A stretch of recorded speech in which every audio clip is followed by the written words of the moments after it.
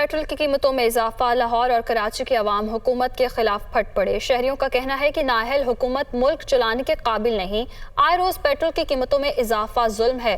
गरीब क्या करे, किधर जाए। झंडे के ऊपर आए हुए हैं, उनको पता नहीं जाए वहाँ मरती है तो मर जाए। पेट्रोल महंगा, बिजली महंगी, अवाम की रोटी पूरी हो नहीं रही है। ये बढ़ाते पूरी दुनिया में सस्ता हो रहा है, ये महंगा करते जा रहे हैं। बड़ा गलत किया गरीब आवाम के जुल्म किया, बड़ा जुल्म है जो एक सस्ती सवारी मोटरसाइकिल की है वो भी लगता है वो भी छीन लगे मकमान हमारे। वो पेट्रोल भाई दिन ब दिन महंगा हो रहा है, डॉलर के हिसाब से महंगा हो रहा है और तनख्वाह जो है 20,000 से ऊपर जा ही नहीं रही, तो गरीब बंदा कहाँ से अफोर्ड करेगा। आवाम को तो इन्होंने दबा के रख दिया है, बहुत बुरी हालत की हुई है। बस अल्लाह ही खैर करे। नाअहल हुकूमत है ना हमारी, तो कुछ नहीं कह सकते। ये तो होना है क्योंकि सोते हुए रेट बढ़ाते हैं, जागते हुए बढ़ाएंगे तो उनको पता है हमें उतरना पड़ेगा। क्या कमाएं क्या खाएं कुछ समझ में नहीं आ रहा भाई। बस जहर ही सस्ता वही मिल जाए वही समझ लो बहुत है। तनख्वाह वही है बस। रोटी तो सस्ती कर दो भाई, रोटी जहर खाने को भी पैसे नहीं है समझ लो आवाम के पास। जबकि दूसरी जानिब गुजरांवाला में तंदूर मालिकान ने रोटी की कीमत में 5 रुपए इजाफा कर दिया है और तंदूर पर रोटी 15 रुपए जबकि नान 25 रुपए में फरोख्त हो रहा है। रोटी की कीमत में इजाफे से शहरी परेशान हैं। प्राइस कंट्रोल कमेटियों ने मुनाफाखोरों को खुली छूट दे दी है। इस हवाले से हमारे साथ मौजूद हैं फहद बशीर। फहद, बताइएगा क्या सूरत हाल देख रहे हैं आप? आज देखिए, गुजरांवाला में तंदूर मालकान ने रोटी की कीमत में खुद साख्ता तौर पर इजाफा कर दिया है, जिसके बाद से रोटी जो है वो 15 रुपये में फ़रोख्त हो रही है, जबकि जो पेशावरी रोटी है वो 20 रुपये में और जो सादा नान है वो 25 रुपये में, जबकि रोगनी नान 35 रुपये में फ़रोख्त हो रहा है। ज़िली इंतज़ामिया की जानब से जो 100 ग्राम रोटी का रेट मुकर्रर किया गया है वो 8 से 10 रुपये है, लेकिन गुजरांवाला में किसी भी जगह इस रेट पर रोटी जो है वो फ़रोख्त नहीं हो रही। रोटी की कीमत में इजाफे से जो शहरी हैं वो परेशान हैं। हमारे साथ कुछ शहरी भी मौजूद हैं, उनसे बात करते हैं। पहले 8-10 रुपए की रोटी थी, अब 15 रुपए की रोटी हो गई है, 20-25 रुपए का नान हो गया। हमारा बंदा किधर जाए, इतनी महंगाई इन्होंने कर दी है। हुकूमत को कुछ करना चाहिए इस तरह का ना। ये बिल देखो आप कितने आ रहे हैं, कोई चेक एंड बैलेंस नहीं है इंतजामिया का, टोटली ये फेल है। ज़ख़ीरा अंदोज़ जो है मार्केट में आप चले जाएं बाज़ार में तो वहाँ पे भी आटा दस्तयाब नहीं है। गवर्नमेंट रेट पे तो आटा मिलता ही नहीं है कहीं पे भी। आज बिल्कुल आपने सुना, जो शहरी हैं उनका ये कहना है कि पहले ही इतनी महंगाई है, अब जो रोटी है उसकी कीमत में भी इजाफा हो गया है। आटा जो है वो मार्केट में सरकारी रेट पर दस्तयाब नहीं है, ना ही रोटी जो है वो सरकारी रेट पर उन्हें मिल रही है। ज़िली इंतज़ामिया को चाहिए कि जो सरकारी रेट लिस्ट जारी की हुई है जिसके ऊपर रोटी के निरख 10 रुपये लिखे गए हैं, उसके 10 रुपये पर रोटी की फ़रोख्त को यकीनी बनाएं ताकि उनकी जो मुश्किलात है वो कम हो सके। जी, शहरी इक़्तिदार का रुख करते हैं जहां पर दूध दही की कीमतों में भी इजाफा हो चुका है। फ़ी किलो दूध की कीमत 170 जबकि दही 180 रुपए फ़ी किलो में मिलने लगा है। मजीद बता रही हैं इस्मा शौकत। जी बिल्कुल, महंगाई का जिन जो है वो बेकाबू हो चुका है। ज़रूरत अशिया की कीमतें जो हैं वो आसमान से बातें करते हुए दिखाई दे रही हैं। अगर बात कर ली जाए दूध और दही की कीमतों की तो वो भी आसमान से बातें करते हुए दिखाई दे रही हैं, जिसकी वजह से शहरी काफ़ी ज़्यादा परेशान नज़र आते हैं। दूध की जो इस वक्त कीमत जा रही है वो 175 रुपये फ़ी किलो जा रही है। इसके अलावा दही जो है वो 180 रुपये फ़ी किलो जा रहा है। तो मेरे साथ एक शहरी भी मौजूद है, उनसे जानते हैं जो दूध दही की दुकान पर ख़रीदारी कर रहे थे कि क्या मुश्किलात पेश आ रही हैं। दूध जो है वो इन्होंने एकदम से पहले इसकी 2-3 महीने पहले 120 प्राइस थी, फिर एकदम लेके 140 पे आए, 165 पे हुई और अभी एकदम जो है ना 175 पे कर दिए। अच्छा, मुझे बताएं कि हर मार्केट का रेट आपको सेम मिल रहा है या मुख्तलिफ मिल रहा है? हर एक का मुख्तलिफ रेट है। अब कुछ एक मार्केट में भी अगर 3-4 शॉप्स हैं, सब का कोई 175 कोई 180। अब जो घर पे दे रहे हैं वो भी उनका भी अपना रेट है, 190 पे भी चले जाते हैं। जी बिल्कुल, जिस तरह शहरी ने भी बताया और दुकानदारों का भी यही कहना है कि पहले दूध की कीमत जो थी, अगर बात कर ली जाए एक माह पहले जो थी वो 150 155 इस तरह करके थी और 160 तक की कीमत गई है, लेकिन अब जो है तकरीबन एक हफ्ते से ये कीमत जो है वो 170 तक जा चुकी है। इसके अलावा बात कर ली जाए अगर दही की, तो दही की कीमतों में भी जो है वो मुसलसल इजाफा होता हुआ दिखाई दे रहा है। तो शहरियों का यही कहना है कि मुख्तलिफ दुकानें, मुख्तलिफ मार्केट है, सब में रेट भी मुख्तलिफ है। तो जहाँ इंतज़ामिया को ज़रूरत है कि वो चेक एंड बैलेंस रखे, तो वहीं हुकूमत को भी ज़रूरत है इस बात की जो ज़रूरत अशिया हैं उनकी कीमतों में कमी की जाए। जी, कोयटा में आटे के निर्ख आसमान पर पहुंचने के बाद शहर की होलसेल मार्केट में मुख्तलिफ इक़साम की दालों में 30 रुपये से लेकर 140 रुपये फ़ी किलो, चावल 28 रुपये फ़ी किलो, चीनी 10 रुपये फ़ी किलो तक महंगी हो गई है और साथ ही साथ दीगर अशिया खुरनोश की कीमतों में भी बेतहाशा इजाफा हो गया है। मज़ीद जानते हैं नुमाइंदा दुनिया न्यूज़ फरीदुल्ला खान से।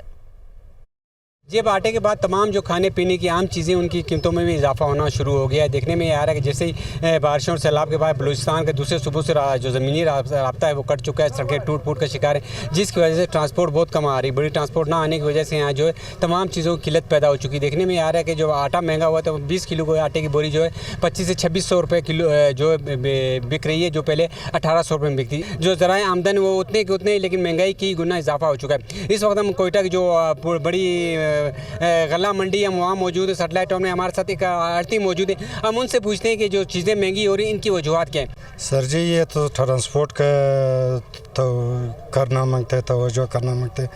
ट्रांसपोर्ट का ज़्यादा है, पैसा ज़्यादा है। इधर ही सब दालें चावल जो भी है, जो सिंध से आ रहा है या पंजाब से आ रहा है, सब महंगा है।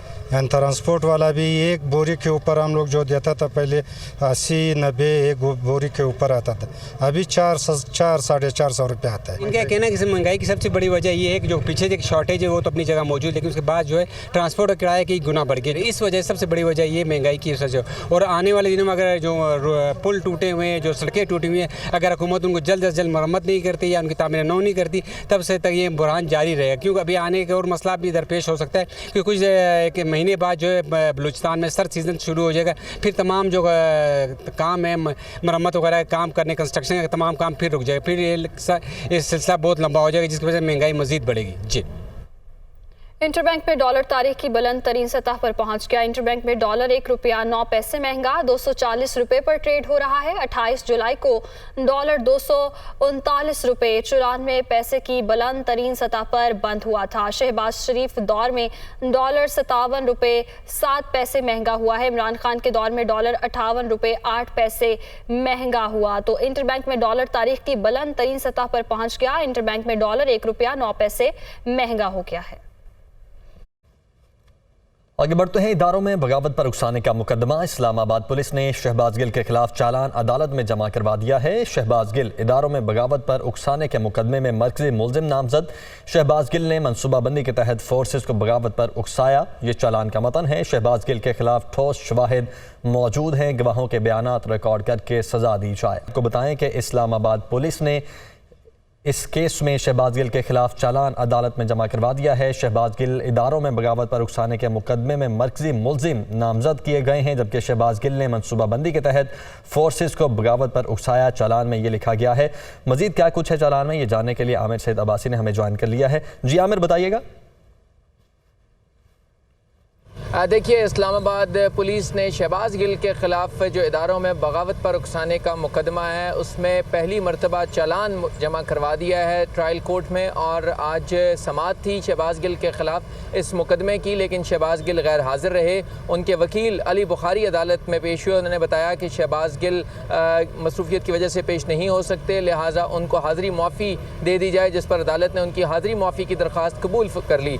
दूसरी तरफ चालान जमा करवाया गया पुलिस की तरफ से। उस चालान में कहा गया कि शहबाज गिल जो इदारों में बगावत पर उकसाने का मुकदमा है इसके मरकज़ी मुलजिम हैं। उन्होंने मनसूबाबंदी के तहत इदारों में बगावत पर उकसाने की कोशिश की और अपना एक बयान जो है वो टीवी पर नशर किया, और उसमें वो एक मुकम्मल मनसूबाबंदी के तहत ये तमाम काम कर रहे थे। इसमें उनके साथ दीगर लोग भी शामिल थे। वो तमाम तर केसेस आने वाली जो इन्वेस्टिगेशन है उसमें सामने आएंगी। तो मुकम्मल चालान जमा करवाया गया। पहला अबूरी चालान ये जमा करवाया गया है और इसमें कहा गया है कि शहबाज गिल के खिलाफ जितने भी शवाहिद इकट्ठे किए गए हैं उनकी रोशनी में शहबाज गिल इस मुकदमे के मरकज़ी मुलजिम हैं और उन्हें इन तमाम शवाहिद की बुनियाद के ऊपर सज़ा दी जा सकती है। लिहाजा उन्हें तमाम गवाहों के बयानात कलमबंद करने के बाद ट्रायल कोर्ट सज़ा दे दे। पुलिस का ये कहना है कि ठोस शवाहिद मौजूद हैं, उनसे तफ्तीश की गई, उनका बयान कलमबंद किया गया। इसके अलावा उनका जो सेटेलाइट मोबाइल फ़ोन था वो बरामद किया गया और दीगर भी शवाहिद हासिल किए गए, जिनकी रोशनी में शहबाज गिल के ख़िलाफ़ ये मुकदमा बिल्कुल दुरुस्त बनाया गया है और ये काबिल ट्रायल है। लिहाजा इस्लामाबाद पुलिस ने अदालत से इस्तदा की है कि शहबाज गिल को इस मुकदमे में जल्द से जल्द ट्रायल करके उनको सज़ा दे दी जाए। ये इस्लामाबाद पुलिस ने अपने चालान में कहा है और कहा है कि बहुत शुक्रिया आमिर सैयद अब्बासी, आप हमें डिटेल्स फराहम कर रहे थे। आगे बढ़ते हैं। वज़ीर-ए-आज़म शहबाज शरीफ आज अमरीकी सदर के इशाइये में शिरकत करेंगे। वज़ीर-ए-आज़म की चीनी और जापानी हम मनसब से मुलाकातें भी शेड्यूल हैं। वज़ीर-ए-आज़म शहबाज शरीफ 23 सितंबर को अक़वाम मुत्तहिदा की जनरल असम्बली से खिताब करेंगे। खिताब में वो पाकिस्तान में सैलाब से होने वाली तबाहकारियों और कश्मीर की सूरत हाल दुनिया के सामने रखेंगे। वज़ीर-ए-आज़म शहबाज शरीफ ने गुज़श्ता रोज़ अक़वाम मुत्तहिदा के हेडक्वार्टर्स में सेक्रेटरी जनरल के इस्तकबालिये में शिरकत की, जहाँ न्यूजीलैंड की वज़ीर-ए-आज़म, ईरान, फ्रांस और स्पेन के सदूर से मुलाकातें की। अक़वाम मुत्तहिदा की खुसूसी सफ़ीर और हॉलीवुड अदाकारा एंजेलिना जूली सैलाब ज़दा इलाकों सेवन शरीफ और दादू का फ़ज़ाई दौरा किया। मंशर झील और जूही का कश्ती के जरिए मुआयना किया। मुतासरीन से मुलाकात करके मदद की यकीन दहानी कराई। अक़वाम मुत्तहिदा की खुसूसी सफ़ीर एंजेलिना जूली कराची से बज़रिया हेलीकॉप्टर सेवन शरीफ पहुंची, जहां पर लाल बाग पर कायम टेंट सिटी का दौरा किया, जिसके बाद बाग यूसुफ से कश्ती में बैठकर मंशर झील और गिरदोनवाह के इलाकों का दौरा करके सैलाब से तबाहकारियों का जायजा लिया। मुतासरीन से मुलाकात करके उनके मसाइल मालूम किए। एंजेलिना जूली पाक फौज की सिक्योरिटी में कश्ती में बैठकर सैलाब ज़दा इलाकों में पहुंची और मुतासरा ख़वातीन से मुलाकात की। वफाकी हुकूमत ने CCPO लाहौर का तबादला कर दिया। गुलाम महमूद डोगर को वफाकी एस्टेब्लिशमेंट डिवीजन में रिपोर्ट करने का हुक्म। वज़ीर आला परवेज़ इलाही का एतमाद में लिए बगैर तबादले पर वफाक से एहतजाज। गुलाम महमूद डोगर को चार्ज छोड़ने से रोक दिया। इसी पर यह रिपोर्ट देखिए। विफाक और पंजाब हुकूमत में ठन गई। विफाकी हुकूमत ने CCPO लाहौर का तबादला कर दिया। गुलाम महमूद डोगर को विफाक एस्टेब्लिशमेंट डिवीजन में रिपोर्ट करने का हुक्म। वज़ीर आला पंजाब परवेज़ इलाही का एतमाद में लिए बगैर तबादले पर विफाकी हुकूमत से एहतजाज। गुलाम महमूद डोगर को चार्ज छोड़ने से रोक दिया। चौधरी परवेज़ इलाही का कहना है कि विफाकी हुकूमत इंतकाम में अंधी हो चुकी है। विफाकी हुकूमत CCPO लाहौर को हटा सकती है, ना तबादला करने की मजाज है। वज़ीर दाखिला पंजाब कर्नल रिटायर्ड हाशिम डोगर ने अपने ट्वीट में कहा, पंजाब हुकूमत के अगले हुक्म तक गुलाम महमूद डोगर फराइज अंजाम देते रहेंगे। गुलाम महमूद डोगर ने कहा कि मुझे पंजाब से हुक्म मिला है कि काम जारी रखें। जब तक पंजाब से रिलीफ नहीं किया जाता, बतौर CCPO लाहौर काम जारी रखूंगा। CCPO लाहौर गुलाम महमूद डोगर के तबादले की अंदरूनी कहानी भी सामने आ गई। ज़राए के मुताबिक विफाकी हुकूमत ने जावेद लतीफ, मरियम औरंगजेब और दीगर पर मुकदमा दर्ज करने पर एक्शन लिया। गुलाम महमूद डोगर मुस्लिम लीग नून के सीनियर रहनुमाओं से मुतल्लिक सख्त अहकाम देते रहे। CCPO लाहौर पर 25 मई से मुतल्लिक PTI पॉलिसी के तहत तफ्तीश करने का इल्जाम है। वज़ीर आज़म की लाहौर आमद पर सिक्योरिटी फराहम न करने का भी इल्जाम है। लीगी रहनुमाओं और दीगर अहम रिपोर्ट्स पर विफाकी वज़ीर दाखिला ने एक्शन लिया। पुलिस हुकाम के मुताबिक गुलाम महमूद डोगर ने कोई गलत काम नहीं किया, कानून के तहत सब इकदाम किए। विफाकी हुकूमत ने CCPO लाहौर गुलाम महमूद डोगर को 1 माह 20 दिन बाद तब्दील कर दिया। गुलाम महमूद डोगर की बतौर CCPO ये दूसरी तैनाती थी। अपनी पहली तैनाती के दौरान वो 10.5 माह CCPO लाहौर रहे। वज़ीर आज़म से अमेरिका के मौसमियाती तब्दीली से मुतालिक नुमाइंदा खुसूसी जॉन केरी की मुलाकात। दोनों रहनुमाओं के दरमियान मौसमियाती तब्दीलियों और उसके असरात पर बातचीत हुई। मौसमियाती तब्दीलियों के बाइस पाकिस्तान में सैलाब की सूरत हाल पर भी गुफ्तगू हुई है। तो अहम मुलाकात हुई वज़ीर आज़म से अमेरिका के मौसमियाती तब्दीली से मुतालिक नुमाइंदा खुसूसी जॉन केरी की। दोनों रहनुमाओं के दरमियान मौसमियाती तब्दीलियों और उसके असरात पर बातचीत हुई। मौसमियाती तब्दीलियों के बाइस पाकिस्तान में सैलाब की सूरत हाल पर गुफ्तगू भी हुई है। दोनों रहनुमाओं के दरमियान मौसमियाती तब्दीलियों के हवाले से बातचीत हुई है और उसके क्या असरात हुए, इस हवाले से भी गुफ्तगू की गई। हैदराबाद में कायम रिलीफ कैंप्स में मुख्तलिफ अमराज फैल गए। 24 घंटे में 193 अफराद रिलीफ कैंप्स में दायरा का शिकार हुए, महकमा सेहत का ये बताना है। और 229 सैलाब मुतासरीन रिलीफ कैंप्स में जल्दी अमराज का शिकार हुए। मलेरिया के 108 मुश्तबा केसेस, मलेरिया के तस्दीक शुदा 21 केसेस रिपोर्ट हुए हैं। 251 अफराद को सांस की तकलीफ के इन्फेक्शन की शिकायत हुई है, ये बताना है महकमा सेहत का। तो हैदराबाद में कायम रिलीफ कैंप्स में मुख्तलिफ अमराज फैल गए हैं। 24 घंटे में 193 अफराद रिलीफ कैंप्स में डायरिया का शिकार हुए हैं और 229 सैलाब मुतासरीन रिलीफ कैंप्स में जल्दी अमराज का शिकार हुए हैं।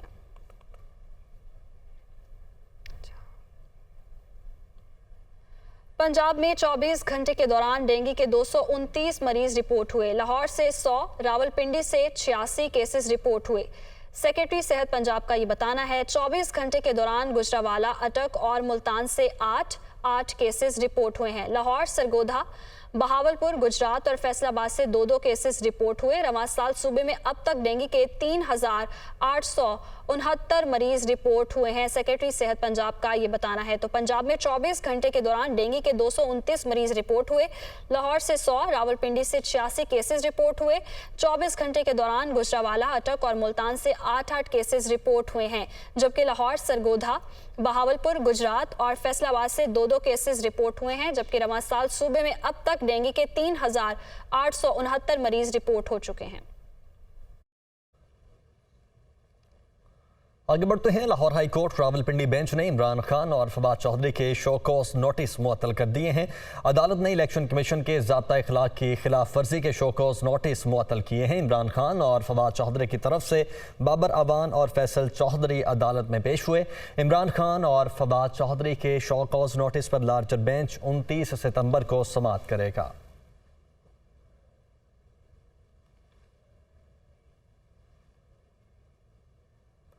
मंसूर सती इस वक्त हमारे साथ मौजूद हैं। मंसूर, बताइएगा क्या डिटेल्स हैं? जी बिल्कुल, Lahore high court Rawalpindi bench के जस्टिस जवाद हसन ने इमरान खान और फवाद चौधरी को इलेक्शन कमीशन की जानिब से दिए गए शोकास नोटिस को मुअत्तल कर दिया गया। और आज इलेक्शन कमीशन में इमरान खान के और फवाद चौधरी के जो वकील बाबर अवान और फैसल चौधरी पेश हुए और बताया कि ये जो मामला इलेक्शन कमीशन के शोकास नोटिस है, इनको वापस लिया जाए और इनको मुअत्तल किया जाए और कलअदम करा दिया जाए, जिस पर अदालत ने इब्तिदाई समाअत के बाद जो इलेक्शन कमीशन की जानिब से दोनों को शोकास नोटिस दिए गए थे वो मुअत्तल किए। मुअत्तल करने के बाद बहुत शुक्रिया मंसूर सती हमारे साथ मौजूद थे। आज़ाद कश्मीर के दारुल हुकूमत में पाकिस्तान तहरीक इंसाफ की हुकूमत मुस्लिम लीग नून के दौर में तामीर किए गए चौक चौराहे उखाड़ कर फिर से असर-ए-नौ बना रही है। रिपोर्ट कर रहे हैं तकील हसन।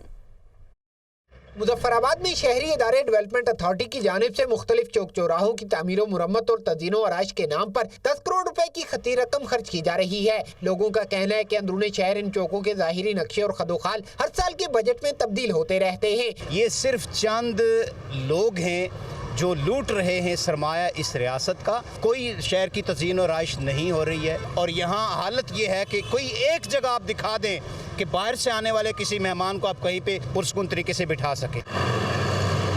लोगों की जानिब से शहर का ज़ाहिरी नक्शा बेहतर बनाने के लिए मुस्तकिल बुनियादों पर मयारी इक़दामात की मांग की जा रही है, तो हुकाम आने वाले दिनों में तज़ीनो आराइश के साथ मौजूदा निज़ाम को मुनज़्ज़म करने के भी दावेदार हैं। तकरीबन 29 मुख्तलिफ जो पॉइंट्स थे उनको अपलिफ्ट, कुछ तो हमारे 100% कंप्लीट हो चुके हैं और कुछ इन प्रोग्रेस हैं, जिसमें क्लॉक्स हैं, वाटर फाउंटेन्स हैं। सबसे बड़ी जो अचीवमेंट थी वो हमारी LCD स्क्रीन्स हैं और लीची ब्रिज को हमने अपलिफ्ट किया और मुजफ्फराबाद की खूबसूरती में उसने दुगना चुगना इजाफा किया। इंशाअल्लाह आप आने वाले दिनों में बदला हुआ मुजफ्फराबाद और मुजफ्फराबाद के गिरदनवा में हमारे वो तमाम नोटिफाइड एरियाज जो आइडेंटिफाइड हैं उनको बदला हुआ देखेंगे इंशाअल्लाह। शहर में मौजूदा हुकूमत समेत माजी की हुकूमतें अरबों रुपए के खर्च करने के ऐलानात तो करती रही, लेकिन शहरी इनके समारात से भी महरूम रहे हैं।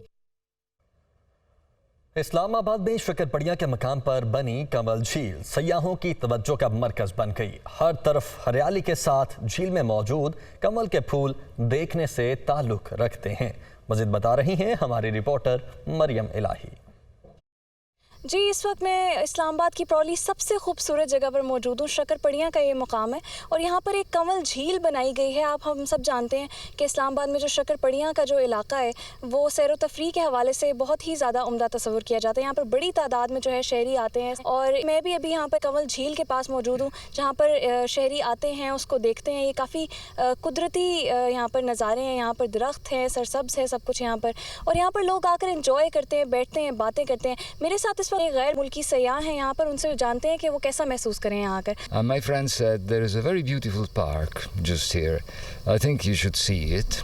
And he took me to this beautiful lake and I was enchanted by it. It's really very beautiful and very well kept. तो खूबसूरत तरीके से बनाया हुआ है, सारी सफाई के साथ। ये पार्क में जो काम हो रहा है ये बहुत सफाई के साथ हो रहा है। जी, आपने देखा ना सिर्फ यहाँ पर मुल्की बल्कि गैर मुल्की सयाह भी आते हैं और ये देखने से ताल्लुक़ रखती है झील। इसको एंजॉय करने के लिए यहाँ लोग आते हैं, बैठते हैं, सैर व तफरीह भी होती है, बातें भी होती हैं और इस जगह को भरपूर एंजॉय किया जाता है। जी।